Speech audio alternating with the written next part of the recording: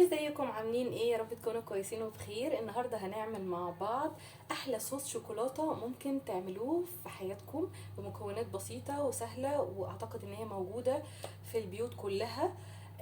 الصوص ده حلو جدا، ممكن يتعمل بيه يتزين بيه كيك تورته، ممكن يتحشي بيه مخبوزات، ممكن يتعمل بيه سندوتشات.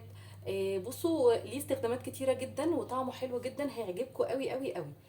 المكونات بتاعته دي كوباية سكر بودرة، ودي كوباية كاكاو خام، ويعني كوباية الا شوية صغننين قوي لبن، ولبن بودرة دي كوباية برضو.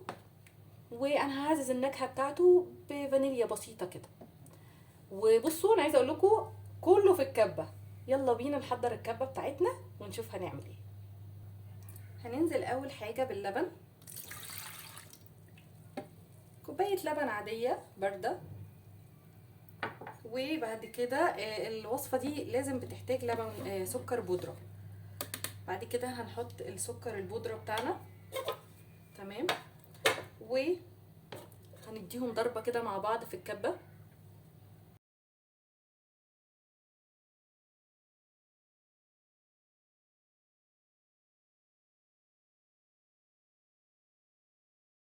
كده خلطنا المكونات كلها مع بعض كويس.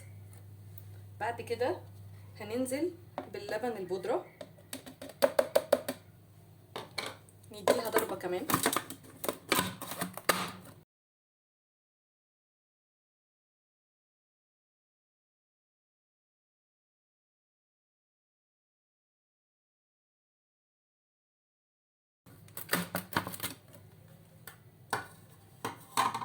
نحط بعد كده الكاكاو الخام بتاعنا. ممكن نحط اي نوع كاكاو تاني اللي هو بيبقى فيه سكر، بس هنوازن بقى معيار السكر بتاعنا، هيقل شوية عن المعيار اللي احنا حاطينه دلوقتي. وهنحط نكهة فانيليا بسيطة كده، ونديها الضربة.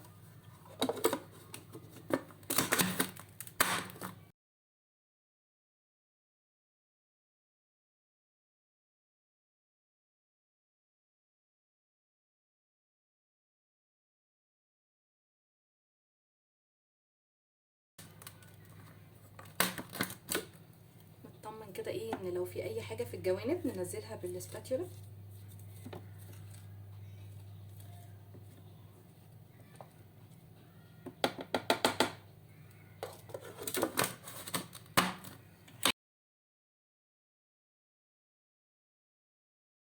خلاص كده الصوص بتاعنا خلص. هنحطه في بولة واوريكم القوام بتاعه عامل ازاي. بصوا بقى، بصوا القوام عامل ازاي.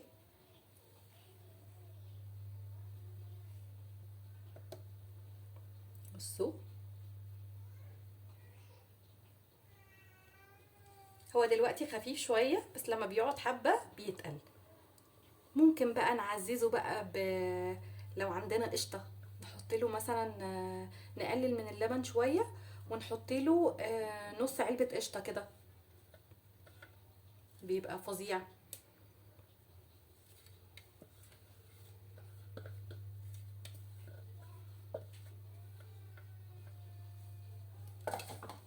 بصوا كده انا خلصت صوص الشوكولاتة بتاعنا. يتزين بيه كيكات زي ما قلنا، يتزين بيه تورت، يتعمل يتحشي بيه مخبوزات، اي حاجة في الدنيا ممكن نستخدمه فيها. سهل وبسيط ومكوناته موجودة عندنا في كل البيوت.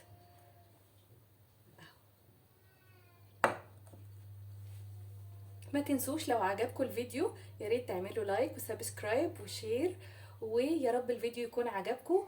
باي باي.